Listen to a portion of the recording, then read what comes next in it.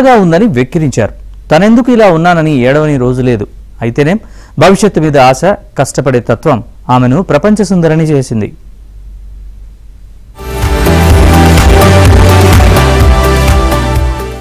జీవితం అందరికీ పోలపాటు కాదు. కొంతమంది చిన్నప్పటి నుంచే పోరాటాల మధ్య ఎదుగుతారు. కోల్పోయిన జీవితాన్ని తిరిగి తెచ్చుకోవాలని శ్రమిస్తూ ఉంటారు. ప్రపంచ సుందరి డయానా హెడెన్ ఈ కోవకే చెందుతారు. ఒక సాధారణ హైదరాబాదీ అమ్మాయి డయానా, కానీ ఆమె జీవితం మాత్రం అసాధారణం.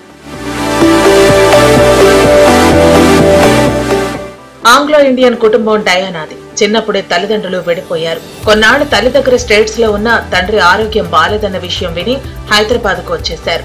అండగా ఉంటాడనుకున్న తండ్రి అనారోగ్యంతో మరణించారు. బంధువులు కూడా చేరదీలేదు. చదువుకోవాలనే కోరిక ఉన్నా స్తోమత లేక మానేసింది. తిరిగి వెళ్లటం ఇష్టం లేక హైదరాబాద్ లోనే ఉండిపోయింది. పొట్టకూటి కోసం 14 ఏళ్లకే ఈవెంట్ మేనేజ్మెంట్ కంపెనీలో డయానా పనిచేయటం మొదలుపెట్టింది. నల్లగా ఉన్నావు, నీది ఈ గ్రహమేనా అని కొందరు ఎగతాళి చేసేవారు. మరికొందరైతే ఏ దేశం అంటూ హేళనగా నవ్వుతుండేవారు. ఇన్ని అవమానాలు భరించలేక డయానా ఏడవని రోజు లేదట. అయితే భగవంతుడి మీద నమ్మకం పెట్టుకుంది. తనేంటో చూపించాలనుకుంది. భవిష్యత్తు మీద ఆశ పెట్టుకుంది. అవకాశాల్ని అందిపుచ్చుకునే తత్వం డయానాది. దానిలో భాగంగానే ముంబైలో పిఆర్ గా చేరింది. అక్కడే తన స్నేహితులు ప్రపంచ సుందరి పోటీల కోసం చెప్పారట. ప్రయత్నించాలనుకుంది, కానీ బాడీ షేమింగ్ ను తలుచుకుని ఎన్నోసార్లు వద్దనుకుంది. దేశ విదేశాల నుంచి ఎందరో పాల్గొంటారు, అందరూ తెల్లగా ఉండరు కదా అన్న మాటలకు రాసిపడి పోటీల కోసం పేరిచ్చింది. అక్కడేం జరుగుతుందో తెలుసుకోవాలని ప్రయత్నిస్తే ముందు గెలిచిన వారెవరూ తనతో మాట్లాడటానికి ఇష్టపడలేదు. ఎలాంటి గైడెన్స్ లేకుండానే వేదిక ఎక్కింది. గెలుస్తాను అన్న ధైర్యం డయానాకు ఏమాత్రం లేదు. ఆశ అంతకన్నా లేదు. ఓడిపోతే ఇదో పాఠం అవుతుంది అన్న భావనే డయానాకు ఉంది. మీరెందుకు ప్రపంచ సుందరి అవ్వాలనుకుంటున్నారు అని న్యాయ నిర్ణేతలు అడిగిన ప్రశ్నకు ప్రముఖ రచయిత విలియం బట్లర్ యెట్స్ రచనలు తనకు ప్రేరణ అని డయానా చెప్పింది. ఓ సందర్భంలో ఆయన కలలతో బాధ్యత మొదలవుతుందన్నారు. ఈ కిరీటం తన కళ అని, ఇది తనలాంటి వేల మంది కలల్ని సాకారం చేసే బాధ్యతను తనకిస్తుందని డయానా తెలిపింది. ఇది కేవలం సమాధానమే కాదు, డయానా జీవితం కూడా. ఆడుతూ పాడుతూ ఉండాల్సిన వయసు నుంచే డయానా బతుకు పోరాటం ప్రారంభమైంది.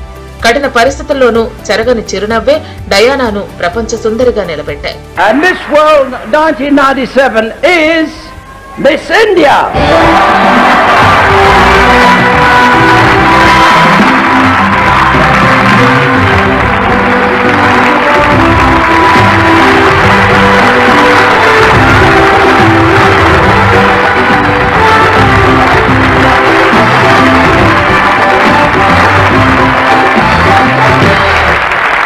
Ladies and gentlemen, Miss India is Miss World 1997. Rita Faria, Aishwarya Roy తర్వాత మిస్ వరల్డ్ టైటిల్ ను గెలుచుకున్న మూడో వ్యక్తి డయానాని.